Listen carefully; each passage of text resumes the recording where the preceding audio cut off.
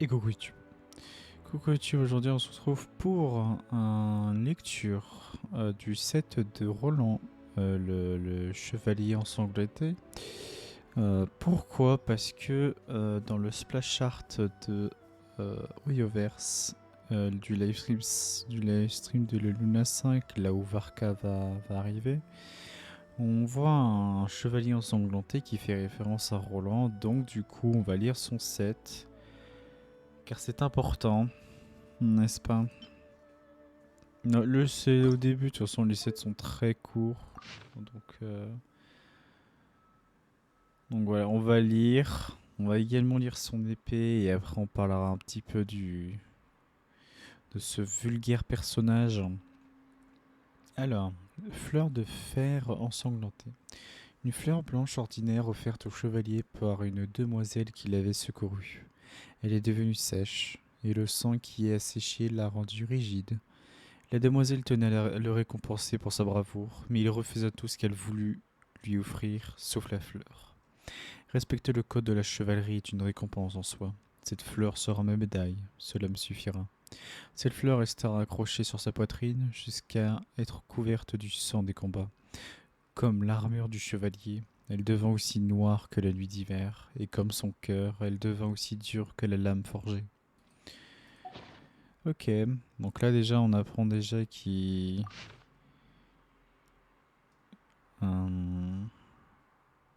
une sorte de bienfaisance de par un cadeau qu'a offert une jeune demoiselle.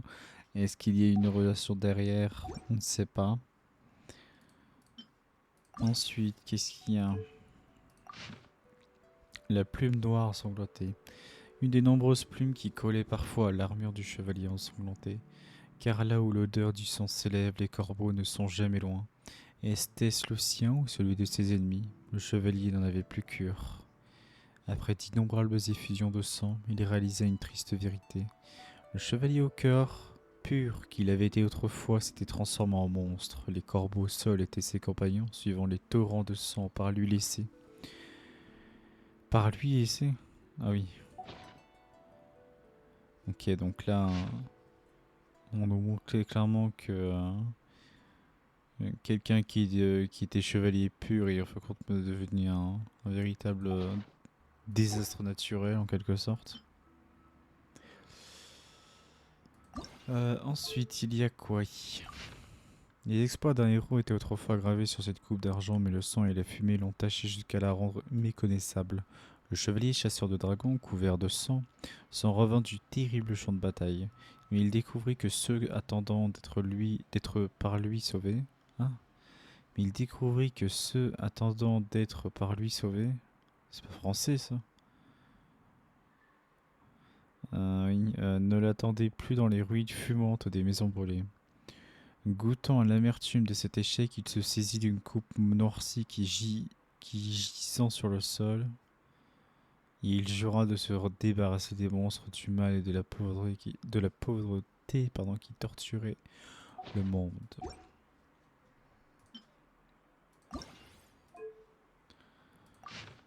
Un magnifique masque en platine ayant appartenu à un chevalier de noble lignée, les taches de sang séché qui le salissent en font maintenant partie entière.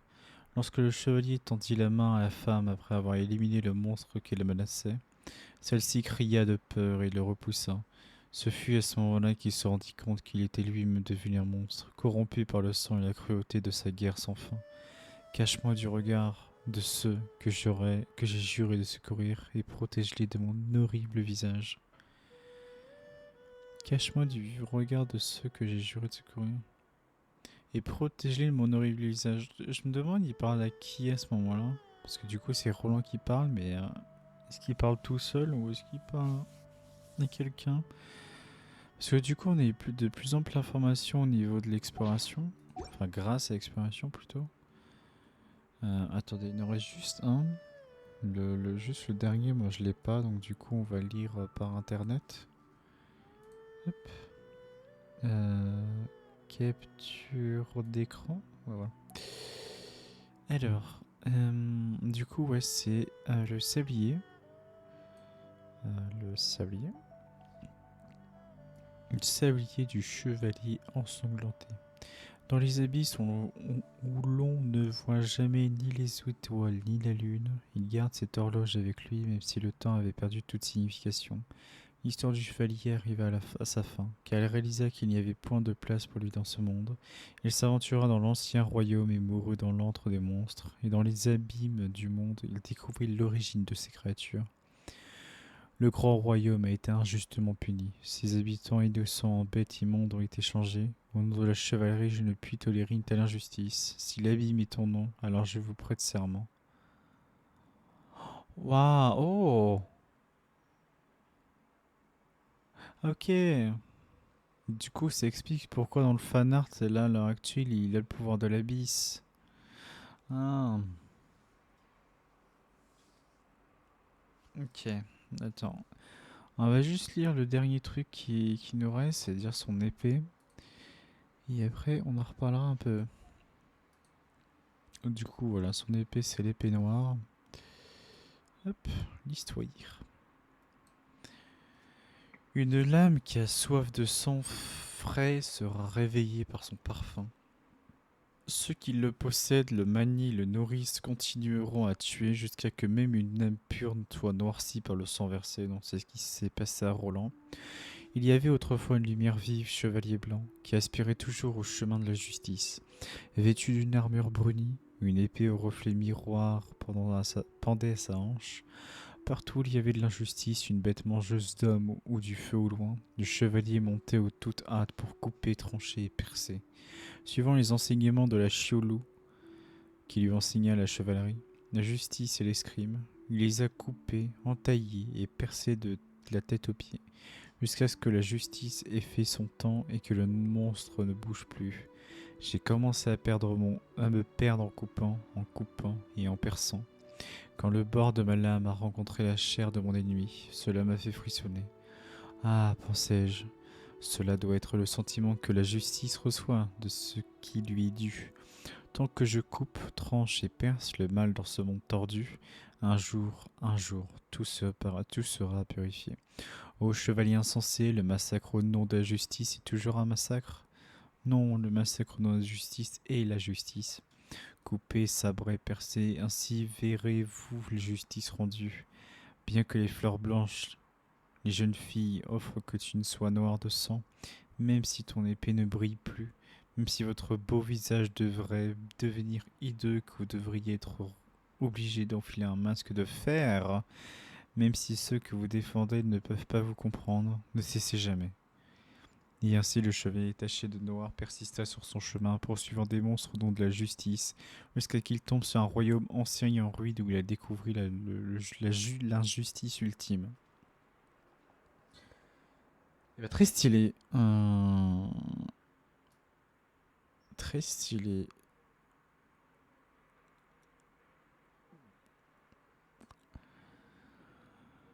Euh,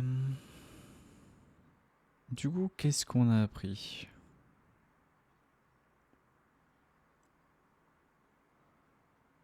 On a appris déjà c'est que c'était quelqu'un qui faisait partie de la chevalier, enfin la lignée des chevaliers, pardon.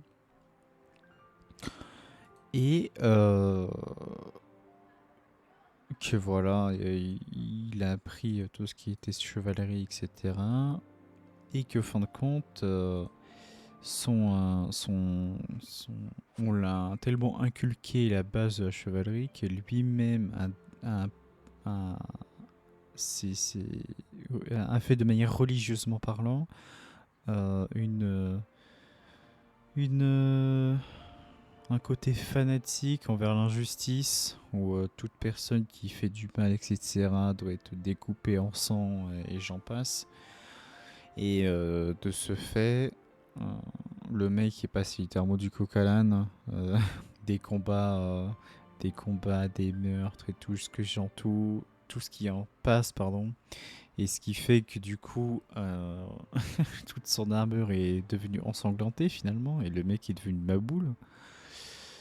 Et, euh, et Voilà, qui suite à ça, après, il a rencontré certaine jeune fille qui a pu, entre guillemets, apaiser son cœur, mais au fin de compte, ça lui a toujours, ça a au contraire donné de la force pour être encore plus monstrueux. Et jusqu'au moment où, lorsque c'est commencé à être la fin pour lui, il découvrit l'ancienne héroïne du coup, Kenria, et il découvrit le véritable secret parmi tout ça, c'est que la malédiction de l'abîme, enfin la malédiction de l'immortalité, touchait ces mêmes personnes qui étaient innocentes, tout ça à cause des 5 pécheurs de Kenria. Et par conséquent, étant donné que pour lui c'était une injustice ultime, il est passé de celui qui punit les abîmes et qui punit les monstres à celui qui, en dépit de cette injustice ultime, préfère prêter serment à l'abîme et qui du coup, du splash chart que je vais vous montrer immédiatement, j'espère que je l'ai là. Je suis sûr que je l'ai pas là. Non, je l'ai pas là. Attendez. Je l'ai trouvé où le con? Ah, peut-être sur Twitter.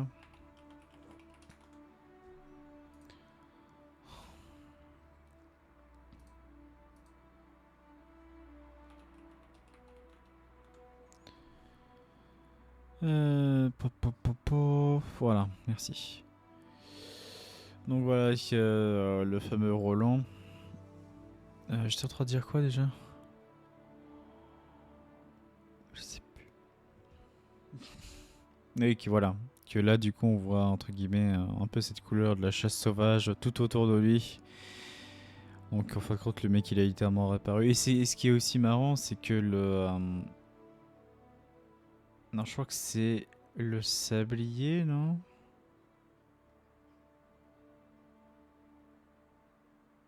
Je sais plus. Je sais plus c'est quel artefact qui en parlait. Il y a un mode porter ce fameux masque en fer euh, pour cacher sa véritable beauté et entre guillemets aussi sa monstruosité, pardon. Donc ça risque d'être très intéressant.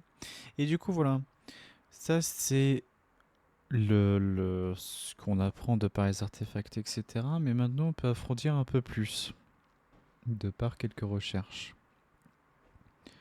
Premièrement, oh,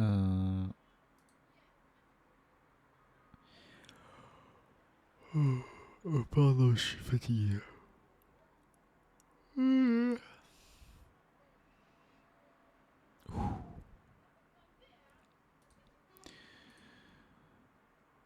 Euh, ok. Alors, déjà, on apprend que Roland, du coup, était l'un. Qui était un chevalier sous les ordres de Arundolin. Il y a 500 ans. En gros, Arundolin, c'est l'un des premiers grands maîtres Favonius. Voilà, en quelque sorte. Et cependant, mais toutefois, il a été encadré dans son côté chevaleresque par Rostam, qui lui, en revanche, à cette époque-là, était le maître, enfin le grand maître Favonius, et qui du coup, voilà, celui-ci lui enseigna, comme je vous ai expliqué, la chevalerie, la justice et tout le bazar. Voilà.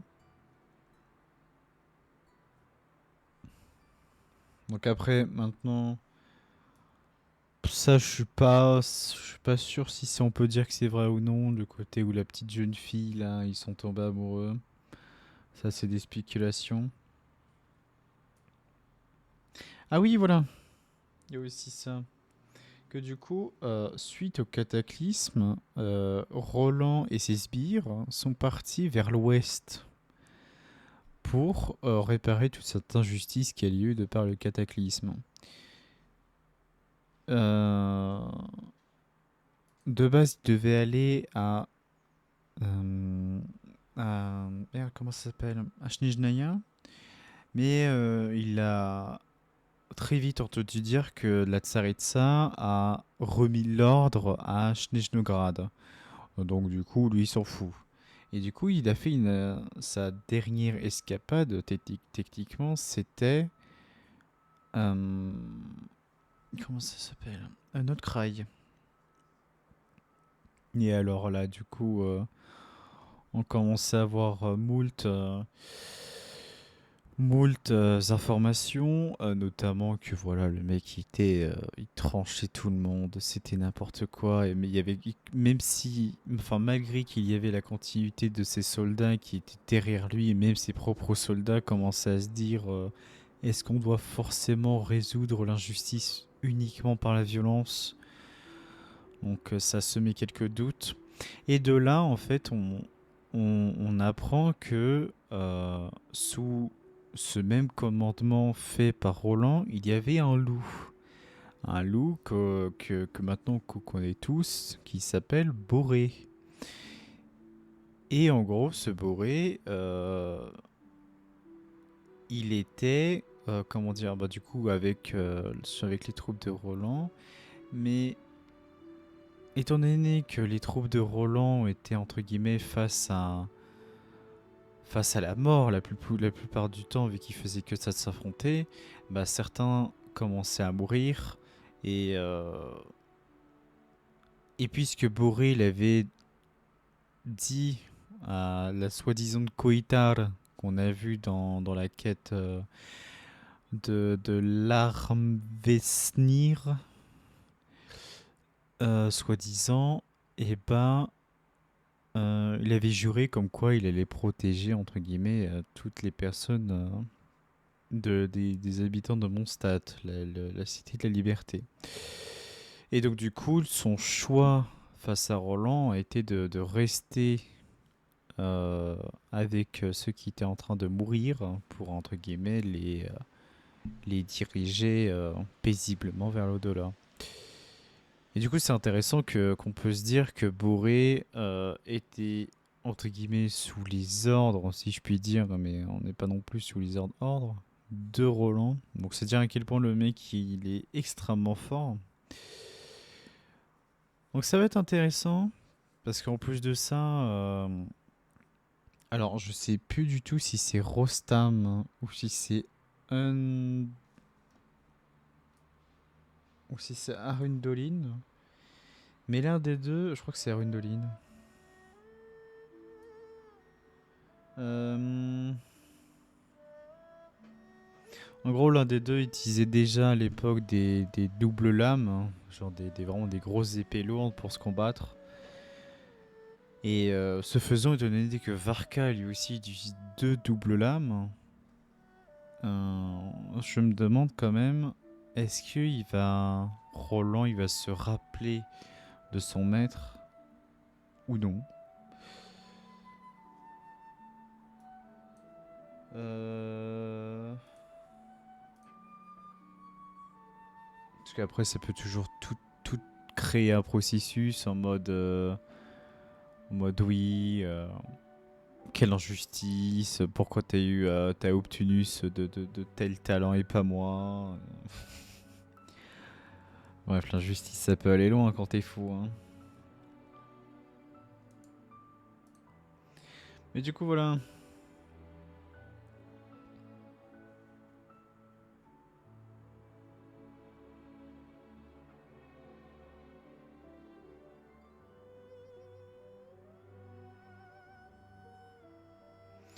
Ah oui, il y a aussi que Rostam, donc celui qui a inculqué le côté chevaleresque de la chose à Roland, était également connu sous le nom de Wolf Pup. Bon, ça, tout le monde s'en branle. Mais aussi qui était le grand rival de Arundolin. Bon, ça, voilà, c'est chien et chat, donc c'est pas dérangeant. Mais aussi l'amant de Rosaline. Et rappelez-vous, Rosaline, c'est la Signora. Voilà.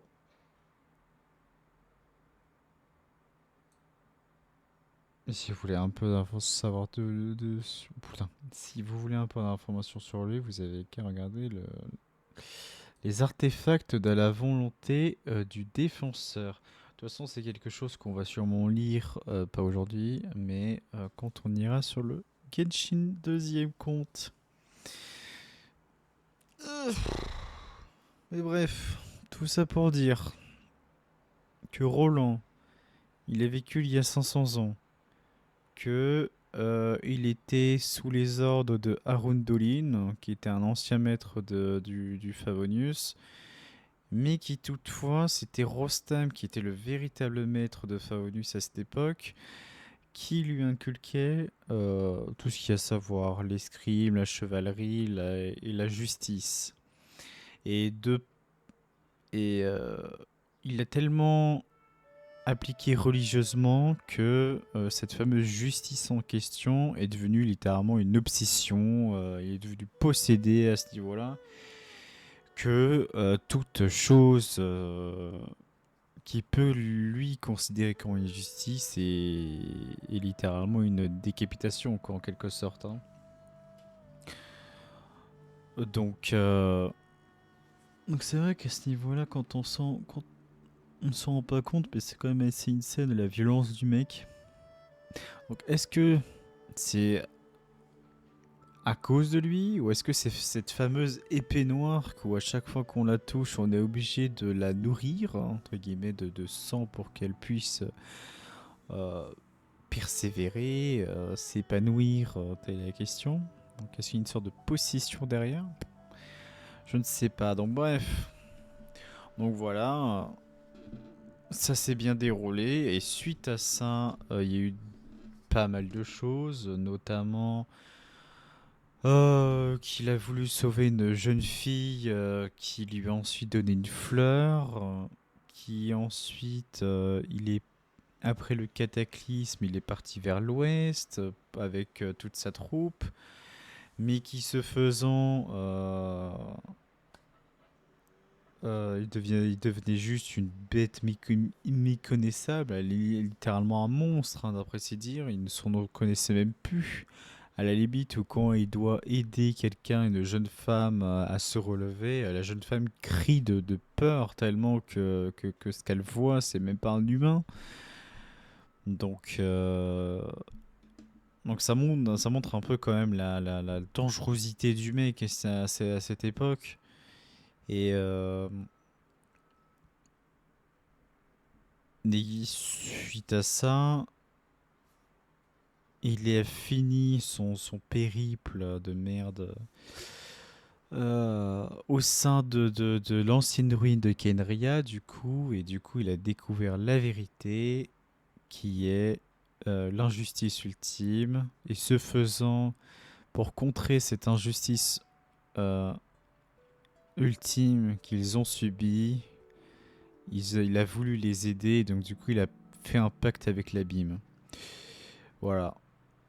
Sans parler de grands détails et de coquelicots, je ne sais guère, c'est ce qu'on doit retenir de Roland.